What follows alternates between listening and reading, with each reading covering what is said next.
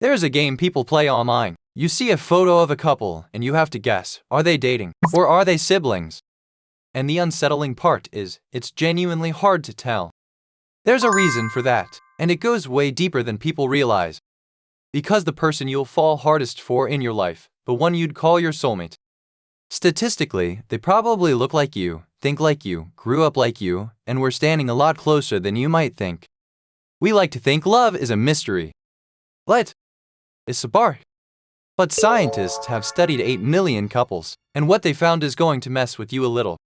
Because almost everything you believe about choosing the one is backwards. Stick with me, because by the end of this, you'll see your own love life completely differently. Let's get into it. Let's start by burning down the biggest myth in all of dating. Opposites attract. You've heard it your whole life. It's in every movie. The uptight one falls for the free spirit, the bad boy and the good girl. It's a great story. It's just not true. In 2023, researchers at the University of Colorado Boulder, led by Tanya Horwitz, ran the biggest study on this that's ever existed. Over 100 traits, around 8 million couples. And the result wasn't even close.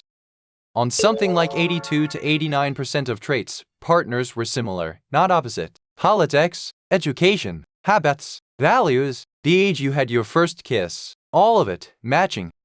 Actual opposites attracting? They found it in about 3% of traits, basically routing error. The two traits couples matched on the most, political views and education level. The thing they barely matched on at all, personality. So all those were complete opposites, but it works couples. They're usually opposite in temperament, but lined up almost perfectly on the stuff that actually runs a life. So why does opposites attract survive? Because difference feels exciting at the start, like a vacation feels exciting. But here's the thing, you don't marry the vacation. You marry the person you can sit in total silence with and still feel okay. Okay, so we pick people like us. But which parts of like us matter most? That's where it gets wild, because it changes depending on your age, your gender, your background, even your job. Let's break it down. What you want in a partner is not fixed. It quietly transforms as you get older, and the pattern is kind of beautiful. In your late teens and 20s, let's be honest, looks do a lot of the heavy lifting. Novelty, excitement, the thrill of someone new. But there's a psychologist named Laura Carstensen at Stanford who figured out something profound about how we change. Her idea is called socio-emotional selectivity theory. Clunky name, gorgeous concept. It's this: when we feel like we have endless time ahead of us, we chase novelty, excitement, new people, new options. But the moment we start sensing time is limited, we flip. We stop chasing exciting, and we start chasing meaningful. So as people age, the priorities shift, away from looks and toward emotional stability, kindness, someone who's just easy to be around. Older daters also get pickier. They have more deal breakers, and they actually enforce them. They've been burned enough to know what they won't tolerate. Now here's a pattern from the dating app data that's almost funny in how clear it is. When you look at what age people actually pursue,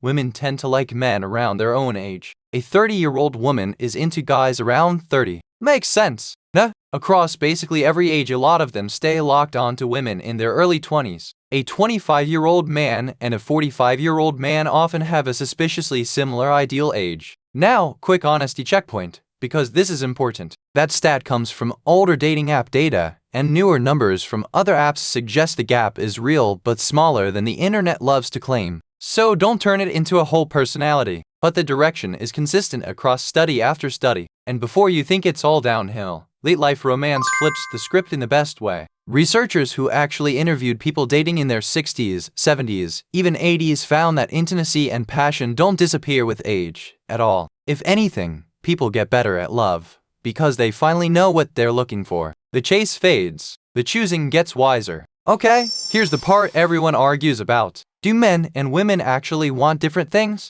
And the honest answer is yes, and also no. And the gap between those two is the most fascinating thing in this entire field. Let me explain. Back in 1989, a psychologist named David Buss did something nobody had done at that scale. He surveyed over 10,000 people across 37 cultures, asking what they wanted in a partner, and some patterns showed up almost everywhere on Earth. On average, and I cannot stress on average enough, men lean a bit more toward youth and looks. Women lean a bit more toward ambition, status, someone stable. For decades people said, see, It's evolution. It's hardwired. End of story. Except it's not the end of the story. Watch this. Two researchers, Zentner and Mitra, had a hunch. What if those differences were really baked into our DNA, but baked into our societies? So they compared countries by how equal men and women were. And the more gender equal the country, the smaller the difference in what men and women wanted. In the most equal places, the gap nearly vanished, and a few preferences even flipped. Now, fair warning,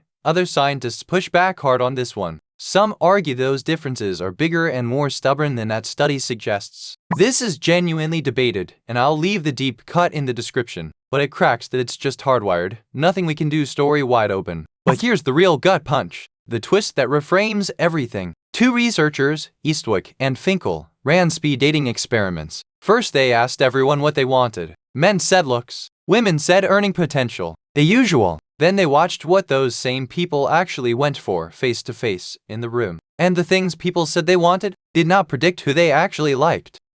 Read that again, because it's wild. The man who needs a model and a woman who needs a millionaire walked into a real room, met real humans, and threw the entire checklist out the window. Turns out we are spectacularly bad at knowing what we actually want. We have a story in our head about our type, and then an actual person shows up and rewrites it in about 4 minutes. So the next time you say he's not my type, or she's not what I usually go for, the science is quietly laughing. Your type barely survives contact with reality. Now we get to the part nobody talks about. Because before you choose anyone, a giant invisible machine has already narrowed your options down for you. It's called sorting, and it is ruthlessly efficient. Take education. We overwhelmingly partner with people at our own education level. Scientists call it assortative mating. In plain English, degrees marry degrees. In America, couples where both people have a college degree shot up massively over the last few decades. But in a 2025 study out of Norway nailed this, we're not really falling for someone because of their diploma. We're falling for people from a similar world. Same kind of upbringing, same kind of background, which just tends to produce a similar education. It's not I need someone with a master's. It's I want someone who gets where I come from. Then there's your job, which matters way more than you'd ever guess. Dig into the data and you find doctors marrying doctors, teachers marrying teachers, lawyers, chefs, engineers, all pairing off within their own fields at strikingly high rates. Part of it is connection, someone who gets your insane work schedule, but a huge part is just proximity. You spend 60+ hours a week around these people. Your coworkers become your dating pool whether you meant them to or not. And it's not just school and work. It's race, religion, family background, social class. We sort on all of it mostly without noticing. Here's one genuinely hopeful number, though. Interracial marriage in the US went from around 3% of newlyweds in 1967 to about 1 in 6 by 2015. A 5-fold jump. Some of those old walls really are coming down. But the big picture stands. A lot of who you'll choose was quietly decided by where you were standing long before any spark. Which raises a slightly uncomfortable question if proximity and similarity are doing this much of the work. Is there even such a thing as the one? Most people believe there's a single perfect person out there. One soulmate, written in the stars, waiting. In the US, around 73% of people believe it.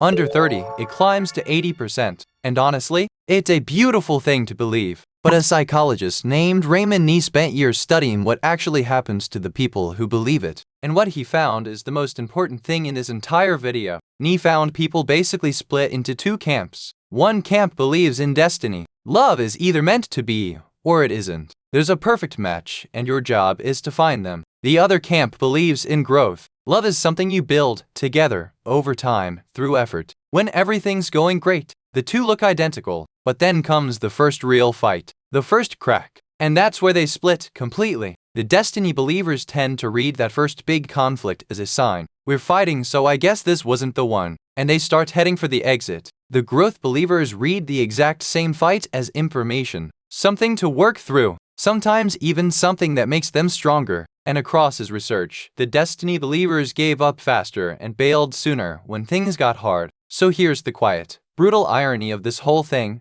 Believing in a perfect, fated soulmate is often the exact thing that stops people from building one. Because if you think the right relationship should be effortless, then the moment it takes effort, you assume it's wrong. But the couples who last, they're not the ones who found a flawless match. They're the ones who decided to keep choosing each other on the boring days, the hard days, the days nobody writes songs about. So, who do we really choose? We choose the person who was nearby, who felt familiar, Who mirrored our values, our background, sometimes even our job? Who matched us on the things that quietly run a life? Almost none of it is the lightning bolt we were promised. But here's what I keep coming back to. Knowing the trick doesn't ruin the magic. Because the spark, that part's chemistry and proximity and luck. The one, that was never something you find. It's something you build. A person you choose and then keep choosing every ordinary, unmagical, beautiful day. So I'm genuinely curious. Are you a destiny believer or a growth believer? Tell me in the comments, because I read them and I think this one's going to start some arguments. If this made you see your own love life a little differently, subscribe. The next one's on why we lose attraction and the science of falling back in love. I'll see you there.